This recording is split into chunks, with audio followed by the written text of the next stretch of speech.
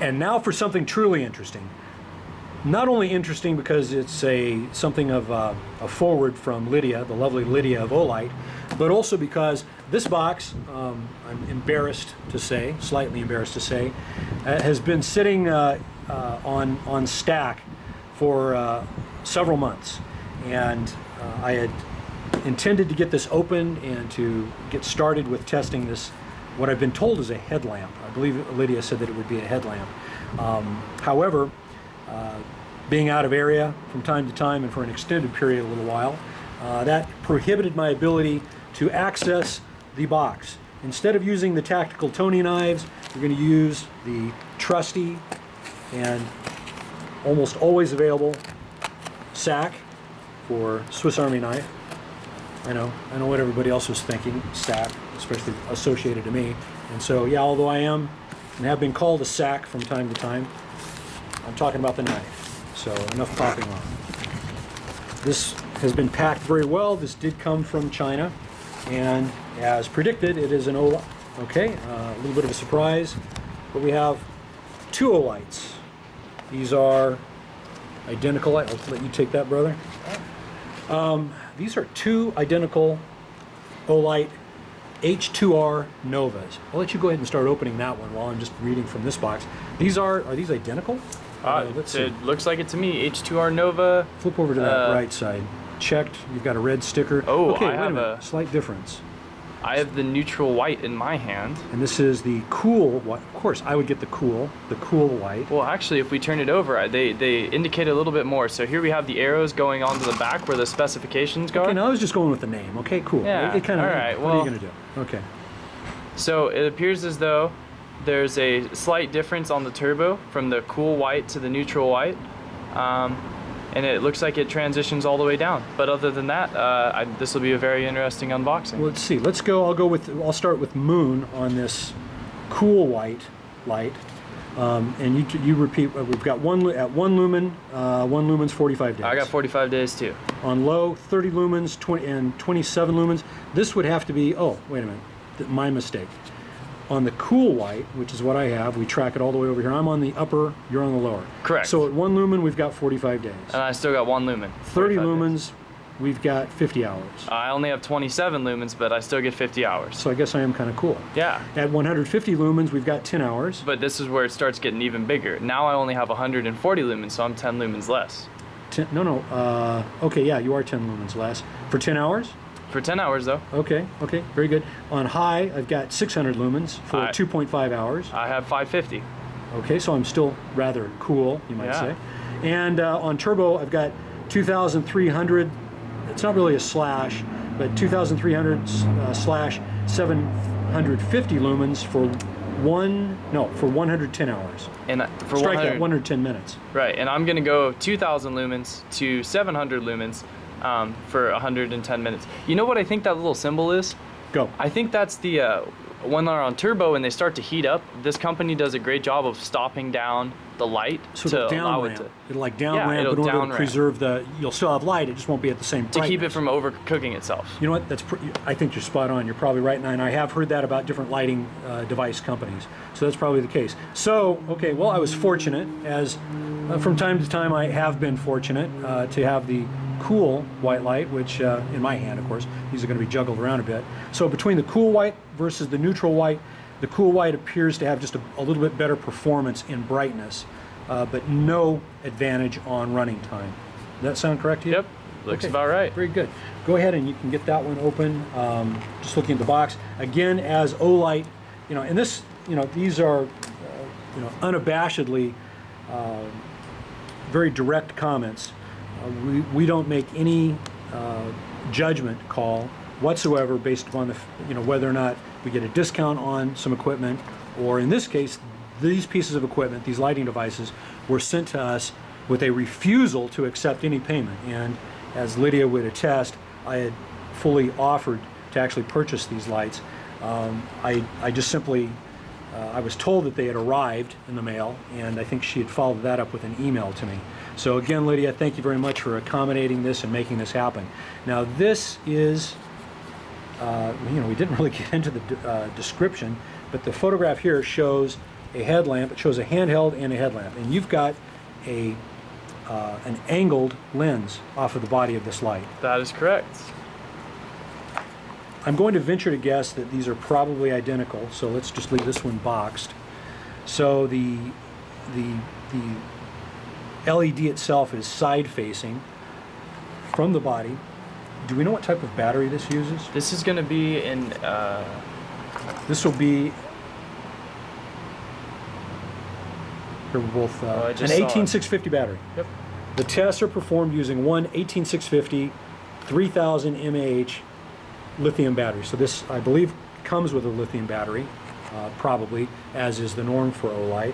And so it's a 18650 built-in battery. I would imagine that this probably will charge in situ with the battery in the body. I think we're fortunate enough. I was taking a look at this one a little bit while you were talking. I noticed that we do have a magnetic tail cap again at the bottom, Olight standard, but this one has a port in the middle for, I believe, the charging cable that will just magnetically attach itself to the rear.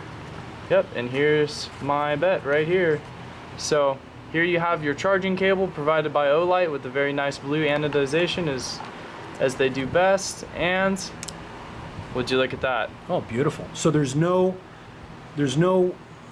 point of entry for H2O or any other fluids to seep in through a plug adapter, and as you can see, it just affixes magnetically, which of course Olight is kind of known for that magnetic tail cap. I wonder if this is magnetized versus trying to find something that might be magnetic. Okay, so yeah, the charging port is magnetized, as you can see by And my let's sack. see, And as well as the tail cap. the tail cap of the, go ahead, bring that down a little, there you go. Yeah, the tail cap of the light itself is also magnetized. So we've got dual magnets, dueling magnets. I like that this looks like it's got perhaps a silicone fitting, I'm not sure, but it seems to be there as support for the magnetic attachment to, you know, keep that typical wear that you're going to get, especially with me, and I strongly suspect with you that you're pretty hard on your gear. And you know, the first thing that's going to happen to me is this piece is going to separate. Maybe not so much with the USB portion of the plug, but the finish on this is just very nice. I'm not going to say phenomenal or use any other extreme terms, but it's very well done. The finish on the body, the anodization of the body of the light is very smooth and consistent. It's got some knurling, I think is what we would call this, some knurling, well, it's pretty much it's knurling on the body to help add a grip. It's different than a lot of the other Olights that I've seen, so they're not just using the same pattern for their knurling on the body. The tail cap is also knurled so that you can unscrew it. Is this a two-piece tail cap? No, it's a one-piece tail cap. And actually, while we're on the topic of this, inside the cover here, it says, before first use, unscrew the tail cap and take off the insulating film. Well, while we're here, let's just go ahead and do that. Let's go ahead and get that done. And I want to say that the threads on the tail cap should be coming in about now. Are those flat threads? Or yeah, those are flat threads. I think, yeah, they look to me like they're flat. You? Yep. Okay, so the edges are flat. And then if you take a real close look down here at the bottom, you can actually see your O-ring, which is going to give you your water security right there. And it looks like they've also greased the threads a little bit to keep it from seizing as you tighten it down and don't unscrew it often. Yeah, and we found that to be very common with most of the high-end flashlight companies. They'll use I think it's a non-conductive sealant that they recommend. And there's some companies that specifically, the name escapes me right now, but there's a couple of companies that specifically make like a non-conductive lubrication or grease for threads on your flashlights. Wow. So, and again, I may be wrong on that. Wouldn't be the first time, but if memory serves, that's the case. So we have an 18650 battery. This is an Olight 18650 battery that comes with the light. It's a 3.6 volt, 3000 mAh or mAh, if you want to call it that. And the cap threads on very smoothly, nice and tight. And we'll bring this into battery, and the actuator button is going to be at the top of the head of the light. Deploying that. There's a bit of a diffuser built into this lens, and holding it down, we're ramping up 3 ways: low, medium, high. And high is pretty darn high. Now, as with Olight, let's see if we can get double tap brings it up to high or possibly turbo, and triple tap gives us a signal. 1, 2, 3 dashes. 1, 2, 3 dots. 1, 2, 3 dashes. And actually, I changed that around a little You're bit. backwards, I'm yeah. backwards, but you know, I can be, hey, if I'm dyslexic, I should get some kind of special accommodation. One way or another, it's the right way. It's the right way. At some point, you'll recognize what it's supposed to be. I just started on the wrong sequence. So there we go. Again, there's a diffuser. Can you see if that diffuser can be removed, or if it's in some way? Was there anything in the manual? There, about in that? the manual, it didn't mention anything about the diffuser, and as you take a look at it, it goes all the way out to the edge of the bezel, so it looks like it's going to be a built-in function. Just something that's integral, and you're going to live with it if you don't like a diffuser. Correct. But on the other hand, you have a relatively flat lens piece or cover piece, so you don't have to worry about material getting in there. There is also a clip, belt clip, or a loop clip. And interesting that this one goes both ways. No puns from you, please. The device, the lighting device is what I like to call it, can clip either this way, which would be head up, or, okay, enough popping off over there. Gonna have to keep you away from the beer. And then, or lens down. Frankly, I was thinking initially that this could be something that you could put on a ball cap or what have you. I don't think that that's really its intention, even though I think you can rotate this around.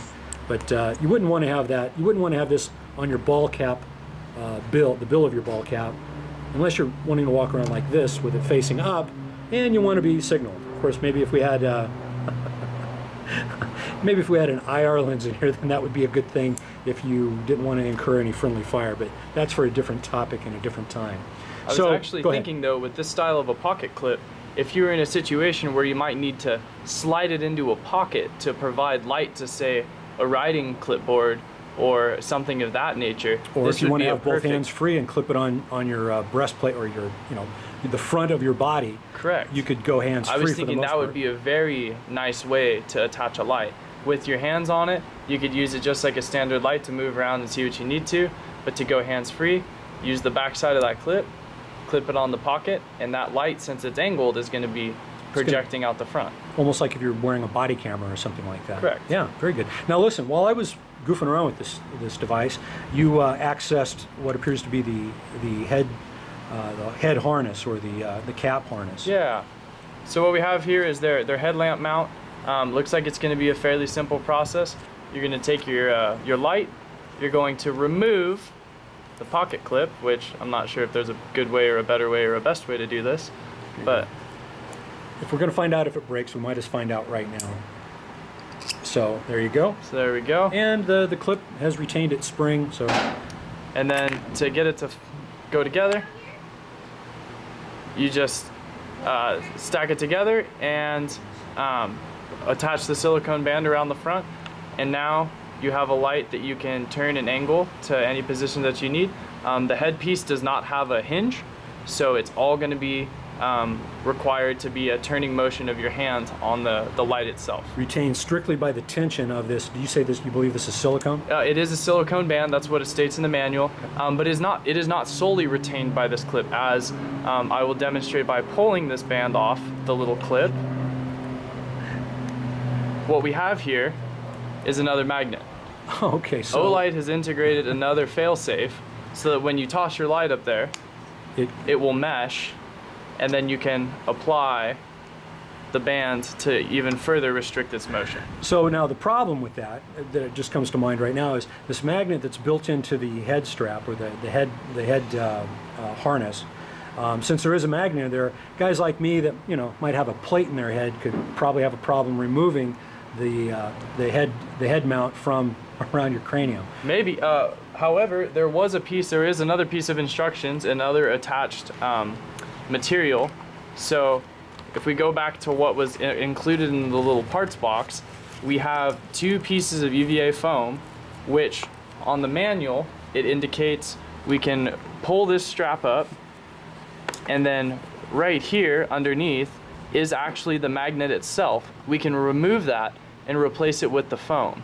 And remove the magnet. Correct. Okay. Therefore, removing the magnet from the picture. So, cranium damaged individuals will have that option to be able Correct. to Rejoice, because you will not have a flashlight permanently mounted to your forehead. Well, you know, the other side of that is you wouldn't need the band anymore. You could just take the harness, the platform itself, the plate, if you will, or the mounting platform for the light, and just clip it onto the forehead, provided you have the right plate in the right place. There you go. Interesting. Yeah, and that's nice. So it's being silicone, it's going to hold up a lot better than most rubber or plastics. And just in your, I know you are relatively familiar with head-mounted flashlights or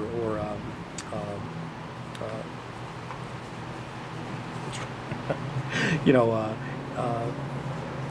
searchlights mounted on your head. Correct. This feels, I don't know, the material. It feels like a decent band. Yeah. You have some added padding back here behind this to give you a little bit of cushion from the front end of this light. The 3-strap system is definitely going to give you some added retention and keep it mounted. You know, originally we were trying to figure out what kind of a headlamp we were going to compare it with. Well, and I was just going to jump into that. Originally, I had set aside this Primus Prime Light Daily Plus. This, in hindsight, and of course this is hindsight in opening this and looking at this headlamp. We've got 3 AAA batteries powering this light. This is your very basic headlamp. So, quite frankly, that's not going to be the comparison. And you know, and as you mentioned, that's not going to be the comparison. Fortunately enough, I do happen to have a lamp that is going to be the top of the line Black Diamond Storm light. That's going to be a run on 4 AAA batteries, but it's going to put out about 500 plus lumens. So that's going to be something that hopefully later on we're going to be able to compare side by side. Get some level of comparison, yeah, which is always important, even though it's not a complete you know, bookend type of comparison, which you're never going to have that from any manufacturer. Right. Well, rarely, if ever. So, so thumbs up on this retention strap. So far, I think it's going to all depend on its break-in. If you wear it a little bit, the last thing you want your light to do is become loose when you're using it. And it's going to really depend on how well this strap holds up. If it loses its elasticity and it starts to let your light slide around and not stay in the same place, then that's going to be an issue. Right. So, you know, as you know, again, a comparison. Here we have a dedicated headlamp, which is going to, granted, you could use it as a handheld device. You could.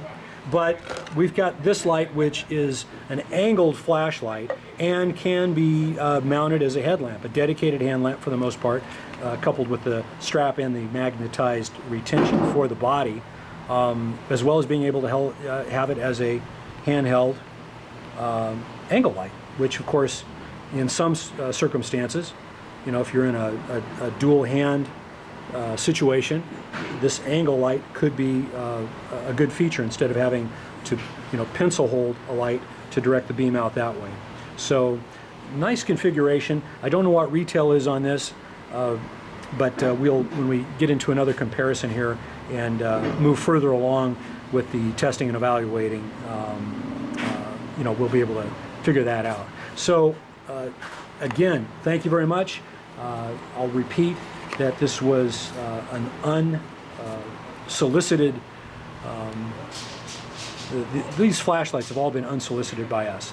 This has been strictly sent out by Olight, and they do have the understanding that any testing and evaluation that we do will be strictly objective. You know, in other words, there's no trade-off, no quid pro quo. If it works, it works. If it doesn't, it doesn't. Right. Very good. Okay, listen, brother, thank you for helping me open these boxes, especially, it was a bit of a surprise to have two. Yes. Okay, good deal.